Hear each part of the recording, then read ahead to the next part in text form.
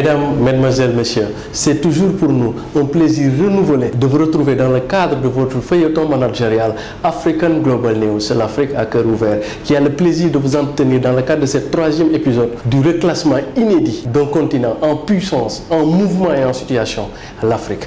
Bienvenue. Pendant un demi-siècle, de 1960 jusqu'aux années 2000, le continent africain est passé d'un continent déclassé à un reclassement géostratégique sans précédent.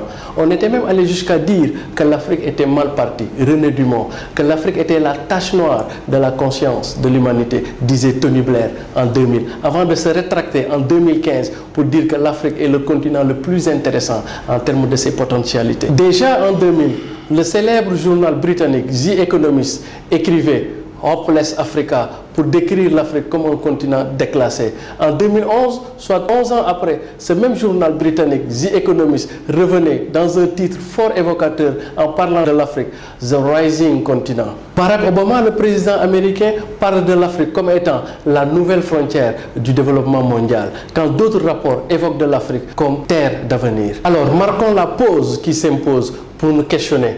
Est-ce alors l'Afrique qui a évolué ou le regard sur l'Afrique qui a évolué, les deux à la fois? Merci de votre attention et rendez-vous est pris très prochainement pour un autre numéro de African Global News, c'est l'Afrique à cœur ouvert.